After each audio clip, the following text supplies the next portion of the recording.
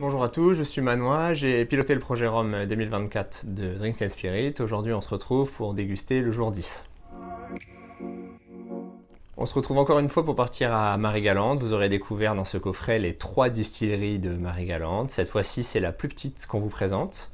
Donc c'est la distillerie Poisson pour vous faire découvrir la marque Perlaba. Le nom de la distillerie fait honneur au véritable, on va dire, au vrai personnage Perlaba, qui était un homme d'église, un botaniste, un écrivain, qui a vécu dans les Antilles et qui a nettement amélioré les procédés de distillation des rhums. La distillerie Poisson est spécialisée dans la production de rhum depuis 1916, mais elle a installé la colonne qui est encore en activité d'ailleurs que depuis 1950. De 1950 au début des années 2000, il y a eu des hauts, des bas et des changements de propriétaires, mais depuis maintenant l'année 2007, c'est Jean-Cédric Brault qui a repris la production de rhum et a fait, si je puis dire, décoller la marque. Pour la production de rhum, la distillerie s'appuie sur maintenant même une deuxième colonne, donc une colonne créole, pour pouvoir produire des rhums qui sont issus de plusieurs variétés de canne à sucre, en allant des plus connus comme la canne bleue ou la canne rouge, mais aussi des un peu moins connus comme la canne roseau. La fermentation sur l'île de Marie-Galante, ou en tout cas aussi pour la marque Perlaba, se fait de manière assez conventionnelle, c'est-à-dire dans des grandes cuves en inox à l'air libre. Elle dure entre 48 et 72 heures.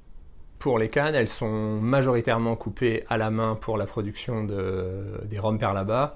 La cuvée que vous allez découvrir aussi aujourd'hui possède, ou en tout cas est issu de cannes qui ont été coupées à la main et ne fait pas exception à la règle. La particularité de Perlaba est qu'ils font passer du coup dans des foudres des grandes cuves en bois pendant 10 à 15 jours après la distillation, ce qui permet d'amener un caractère reconnaissable pour les aficionados. Aujourd'hui, on vous présente la cuvée Perlaba réserve familiale. Donc c'est un rhum élevé sous bois, mais attention, vous allez vous laisser surprendre pour son jeune âge. Pour rappel, élevé sous bois, c'est-à-dire qu'il a vieilli pendant une durée minimum de 12 mois, donc entre 12 mois et 3 ans. Au-dessus de 3 ans, on passe sur du rhum vieux. Mais dans l'assemblage de ce rhum réserve familiale, il y a des rhums pouvant aller jusqu'à 5 ans d'âge. Mais selon la législation qui est en vigueur dans les Antilles, vous êtes obligé de mentionner sur la bouteille la goutte du liquide le plus jeune présent dans cet assemblage. Donc c'est pour ça qu'il porte la mention rhum élevé sous bois. Au niveau de la dégustation, donc on a une couleur qui est encore assez pâle, qui est assez typique, on va dire, des vieillissements courts, jeunes, parce que l'interaction du bois n'a pas encore eu le temps de teinter le rhum blanc qui a été mis dans ses fûts ou dans ses foudres. Au nez,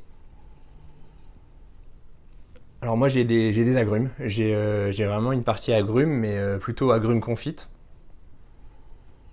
Et un côté épicé, donc le côté du fût, le côté du chêne qui a donné un peu cette note vanillée. On a de belles notes fruissées qui viennent s'entremêler, on va dire, avec ce côté épicé. On est quand même sur un profil qui est assez frais. On sent encore un peu presque la fraîcheur de la canne sur le vieillissement qui n'a pas duré nécessairement plus longtemps.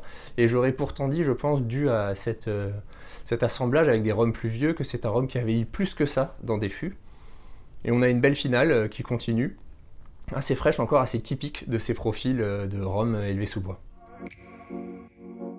Je vous remercie encore d'avoir été avec nous pour découvrir la 3e et dernière distillerie de Marie-Galante. Je vous dis à très bientôt pour une nouvelle dégustation.